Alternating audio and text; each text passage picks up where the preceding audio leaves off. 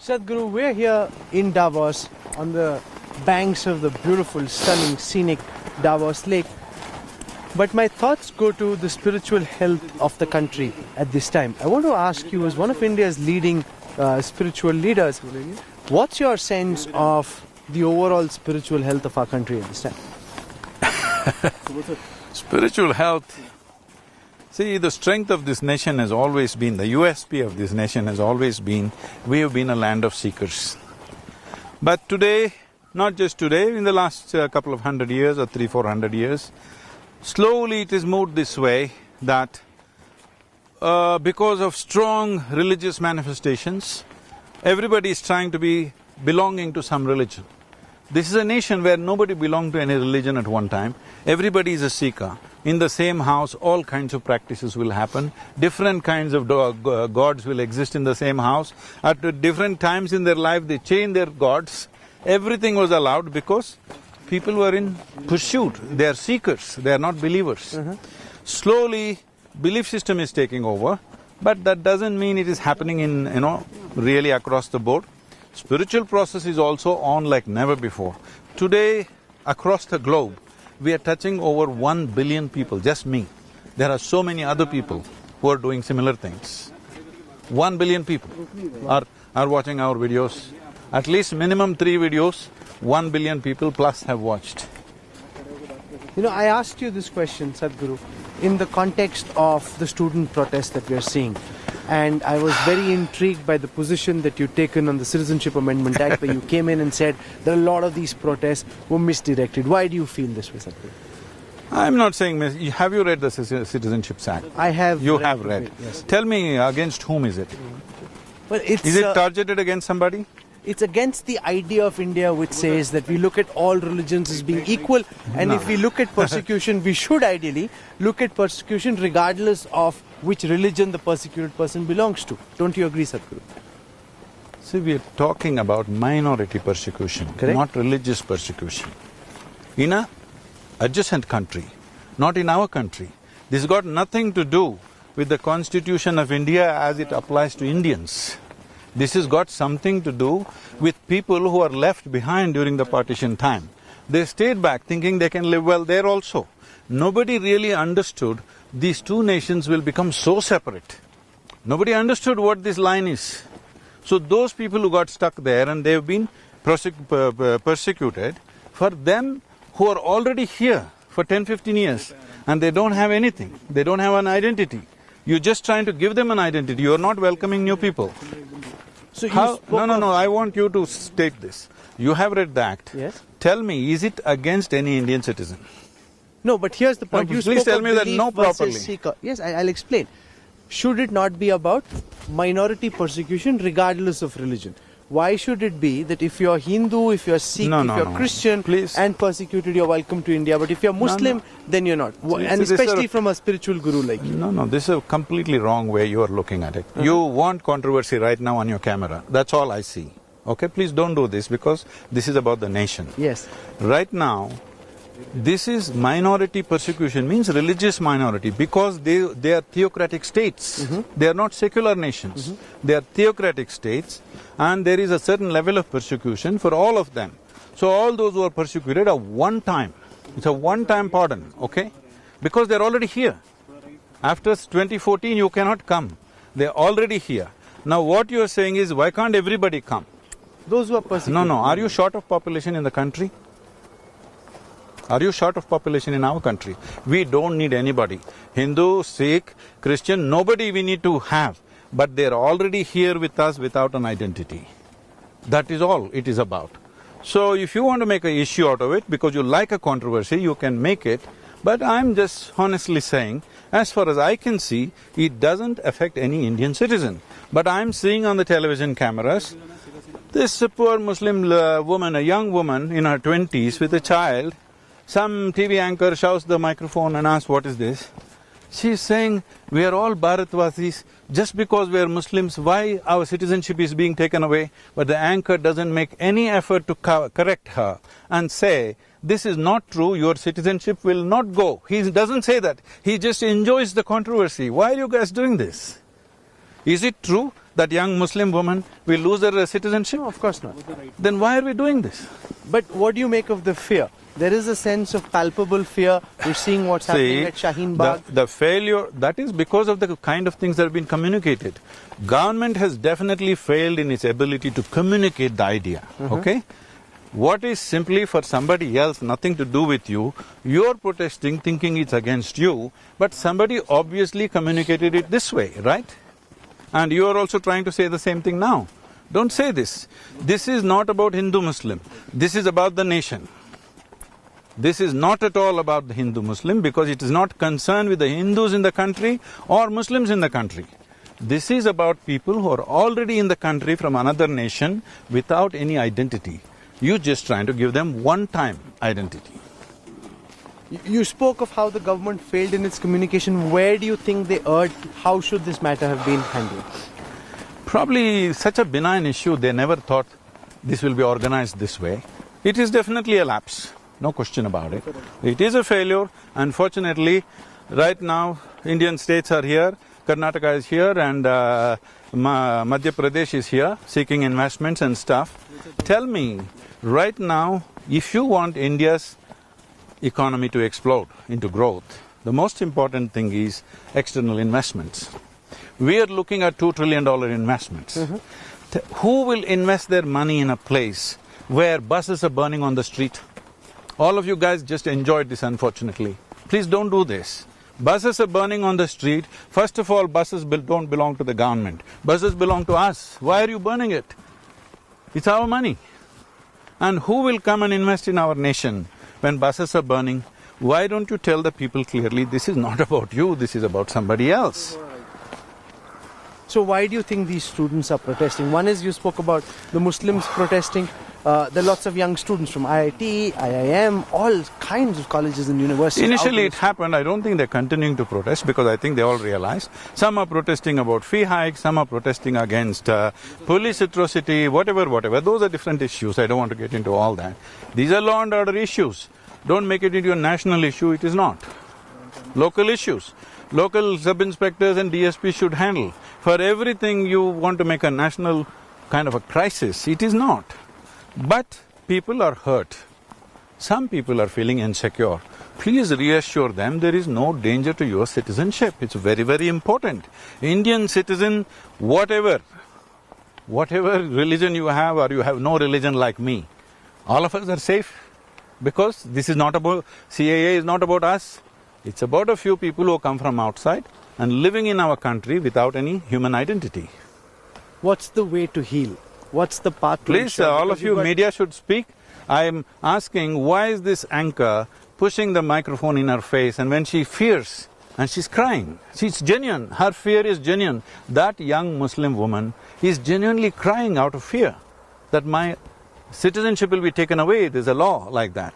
Why can't you say that's not true? You won't say that. Because you want the drama to go on. Why? Would you say there's a need for greater communication as well? Definitely. Sitting at Shaheen Bagh for members of government, ruling party to go out, speak to them, assuage their feelings and concerns? Definitely, whatever needs to be done has to be done to tell the citizens of India, irrespective of what I practice is not government's business, first of all. See, when it comes to communication of an idea, when wrong communication happens by vested interests, whoever did that, I don't want to go into the detail. Isn't it the responsibility of every citizen, particularly media, that this is not true? Has any media come out clearly and said, this is not true, don't get excited about this? No. Do you think that a lot of the apprehensions were also created because senior ministers initially linked the NRC and the CAA? Possible. And therefore, a lot of this is not necessarily media creation. There's so many different comments in parliament, I agree with that. Some people gloated about it, how we're going to hit you with this, because even they did not understand what the policy is about, what the law is about. So some people gloated about it, some people misused it, all this has happened. But let's understand, we as a nation, we still have 400 million people who have not eaten properly. What is our responsibility for them? We need investments to grow. You will not get any investment from anywhere when you show pictures of burning buses on the streets. I don't want to invest my money in a place where things burn. Who wants to do it? You've been here at Davos. What's the buzz that you picked up about India? These burning buses, social unrest, has that been? Because we spoke to Kanwal. Everybody is excited about India's possibilities. At the same time, this question has come up to me again and again. What about the civil unrest? People asking you about Yes, it. What yes. are they asking you, Sadhguru? The same thing. Is it really in control? Is Narendra Modi's government in control of what's happening in the country? I said it very much is, because they're young people, they don't want to deal with them harshly, things are happening, whatever. I am not a spokesperson of the government, but I'm definitely speaking for the nation. I'm saying, if there is something we disagree, there are places to debate. There is a parliament to do that. If parliament is not good enough, we can set up various debates. Media platforms are waiting for debate always. Debates are possible. Why burn the buses and create this visual which completely puts the country backwards in a negative picture? Do you believe it's a bit of a wasted opportunity at a time when 400 million people still don't have food to go into their mouths? This whole focus on very divisive issues, is that in some senses a wasted opportunity? No, how one way of looking at this is, see, there are contentious issues in the country. Sir. If you don't have the courage to deal with them, then you cannot make the economy grow. So putting them aside quickly and focusing on economy is a wise thing for any government to do. But people should also understand and participate. We must understand right now India's only focus should be, doesn't matter who is in the government. Whoever people elect will be in the government. People think I'm supporting one party, this is going on all over the social media. No, I'm working with AIDMK in Tamil Nadu, I was working very closely with Chandrababu Naidu, I'm working in Telangana very closely with the governments, I'm working with Kerala with the communist government. My thing is, I value democracy. If people elect whoever they elect, I'm willing to work with them. You elect somebody, within 8 months you say, I want a change. What is that? You make this point, I'm very curious to know your view on the current dispensation, because when you made those comments on CAA, a lot of people came out and you would have seen this Sadhguru and they labelled you a Modi Bhakt. They said, here's Modi's fan, Modi Bhakt. He's a spiritual guru, but see what position. See, I'm telling you this. Now I'm asking you this question once again. Yes. Is it genuine that this CAA is aimed against a particular community? Is it so? Well, it excludes members of one community from seeking citizenship in India if they are persecuted in their own countries. Anybody can seek citizenship in India.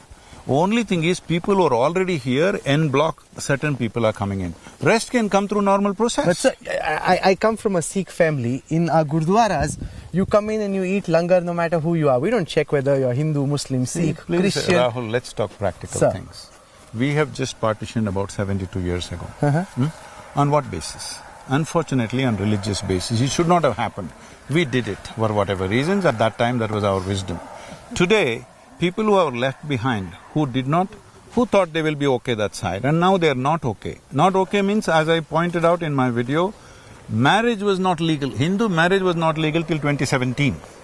Now the people who are talking about this is, till 2017 they corrected it. What about 1948 to 2017? Your marriage is not legal. Do you know what that means? No, but what's your counter on Ahmadiyas, Hazaras, who are persecuted minorities in their countries but persecuted nonetheless because of their faith and belief? See, do you have enough population in your country? Sure, of course. More than enough? Yes. Or too much? Yes. You have too much population. We have enough. So do you want to have 50% of Pakistan back in the country because economically they're not doing well? Small minority. No, because economic minorities will come. Okay. We cannot welcome, we cannot afford to. We cannot afford to bring anybody. Even if they're Hindu, you can't afford to bring them. We are only talking about, this law is only talking about those who are already inside. What do you want to do? Where do you throw them? They won't take it back. Take them back. Nor do these people can go back. They have nothing left there. What will you do with them? What kind of logic is this? You spoke about too many people already. does that indicate that you would strongly back a population control law? Is that something? 100%. I am the only one for last 25 years talking about it and being popular with every religion. Hindu, Muslim, Christian, everybody hates me because I am saying first control your populations. Because we are too many people for the land that we have. You think they should be hum do hamare do, seal like? See, you can, in a democratic country, you cannot control forcefully, but by incentives you can control. You can incentivize those who consciously decide certain things. Incentivization has to be there, otherwise nature will take care of you. See, if you don't do it consciously, nature will do it in a very cruel way. So, you sidestepped my question on responding to critics who are labeling you a Modi Bhakt. See, you are a journalist. Yes. Your name is on. Yes. All right, your face is on, your name is on. There are a whole lot of them who are anonymous journalists. They can say whatever they want to say. See, if I say something, if there is a lacuna in what I have said, please point it out to me. You talk about my mother, my wife, you're not only illiterate, you're also uncivilized. That's all I can see. As we come to the end of this interview… what kind of people will attack the woman in your home? No, it's not fair. It's not right. It's not right. Because you're uncivilized, that's all it is. It's not right. What is there to say about them? They can have a view on the positions you're taking, but to attack somebody's family member is totally not right. That's all that's happening. Has anybody pointed out what's wrong with what I have said? Has anybody done it? Can you do it to me? No. Because there's nothing wrong, you just don't like it. If you don't like me, it's your problem. What can I do? You just soak in your own bile, I don't. I'm fine. You can say whatever you want. I'm in a place where nobody's opinion does anything to me. And never ever I have identified with any political ideology or party. My only thing is, if people choose somebody, I support them for 5 years. After that, if you choose somebody else, I'll support them for the next 5 years. Because I value democracy. If you think democracy is nothing, your opinion is everything, I'm sorry I'm not with you.